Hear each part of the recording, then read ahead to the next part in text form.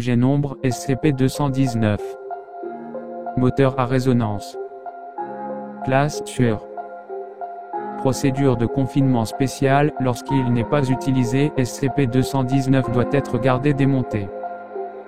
Toutes les pièces de SCP-219, ainsi que les pièces de rechange, doivent être conservées dans l'entrepôt de la division ingénierie du site 43. SCP-219 ne doit pas être testé à moins de 24 km de toute installation de la Fondation abritant des objets de classe Euclide ou QT.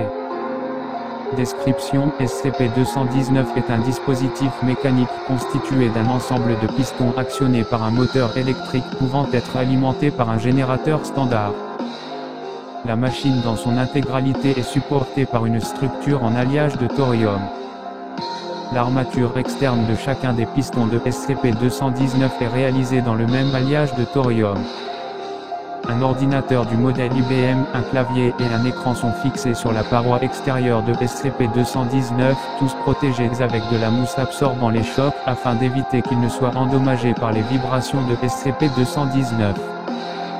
Lorsque l'ordinateur de SCP-219 est allumé, il exécute automatiquement un programme nommé générateur de tremblement de terre.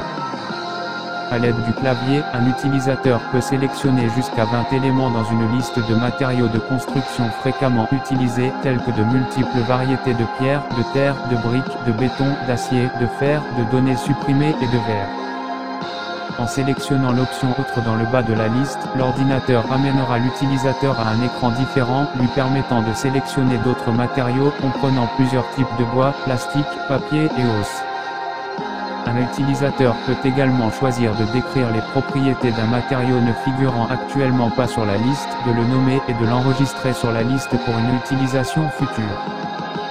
Après avoir sélectionné un matériau donné, l'utilisateur est invité à estimer la masse des objets, leur volume, et à sélectionner une forme générale pour les décrire. Il est impossible de saisir la composition de SCP-219 dans SCP-219, toute tentative aboutira à un message d'erreur et à l'arrêt de l'ordinateur. Après que les matériaux ont été sélectionnés, l'utilisateur est invité à spécifier une distance d'effet allant de 50 pieds. Les distances sont données en unités anglaises à supprimer mile, et à définir 2 minuteries, une pour déterminer combien de temps SCP-219 attendra avant de s'activer une fois le programme en marche, et une pour déterminer combien de temps il fonctionnera après s'être activé. Lorsque tous les critères ont été remplis, l'utilisateur peut sélectionner Exécuter pour activer SCP-219 ou recommencer pour entrer d'autres critères. Une fois qu'un programme a commencé, SCP-219 ne peut pas être arrêté sans que l'ordinateur ne soit démonté. Lorsque SCP-219 est activé, ces pistons oscillent et commencent à créer des vibrations dans l'air pour correspondre à la fréquence de résonance des matériaux choisis par l'utilisateur.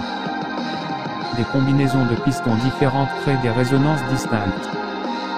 Les matériaux se mettent à vibrer tour à mesure qu'ils sont frappés par les vagues d'air, avant finalement de se briser du fait de la pression exercée sur eux par les oscillations. Les vagues créées par chaque oscillateur ne semblent pas avoir d'effet entre elles, même lorsqu'elles voyagent dans le même milieu, ce qui permet à SCP-219 d'entrer en résonance avec de nombreux matériaux simultanément. Les études de ce phénomène ou de sa possible copie se sont avérées peu concluantes. SCP-219 a été récupéré en Californie, après un incident durant lequel un violent tremblement de terre a frappé une banlieue de la ville sans aucun avertissement préalable de sismologues.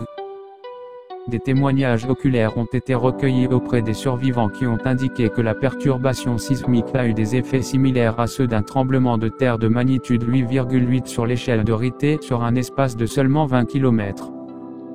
L'examen de la zone a mis en évidence des dommages structurels bien plus subtils qu'il ne aurait été possible avec un séisme de cette magnitude, ainsi que les corps de plusieurs personnes décédées de traumatisme crânien interne, dont certains où le crâne avait apparemment explosé.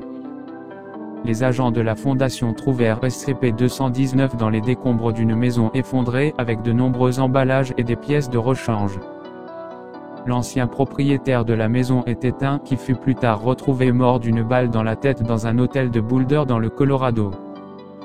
Un schéma était inclus avec les restes de des emballages, représentant un grand objet en forme d'entonnoir relié à SCP-219 par un enchevêtrement de tubes, ainsi que les consignes d'utilisation de ce focaliseur de résonance. Selon ces instructions, le but recherché était de canaliser la résonance des ondes générées par SCP-219 sur une trajectoire beaucoup plus linéaire, augmentant la portée de la machine dans une seule direction de %.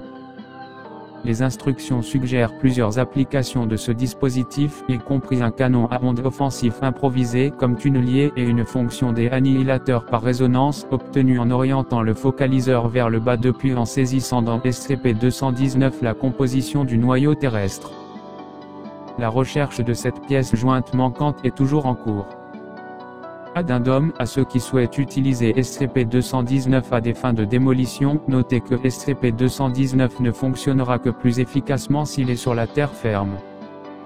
Notez également que pour les bâtiments utilisant une armature métallique interne, il est plus efficace de cibler l'armature que les matériaux qui l'entourent.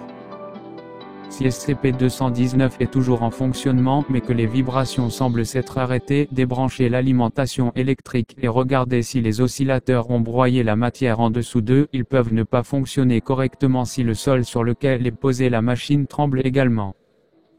Vous devrez alors déplacer SCP-219 sur une base plus solide afin qu'il fonctionne correctement.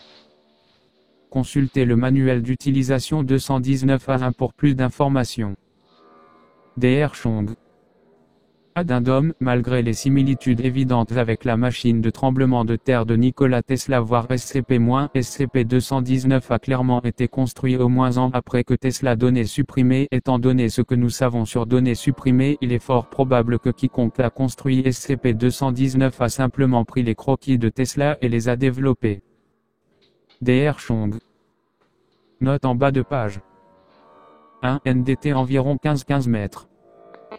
2. Autrement dit, vers le sol et parallèlement au champ de pesant.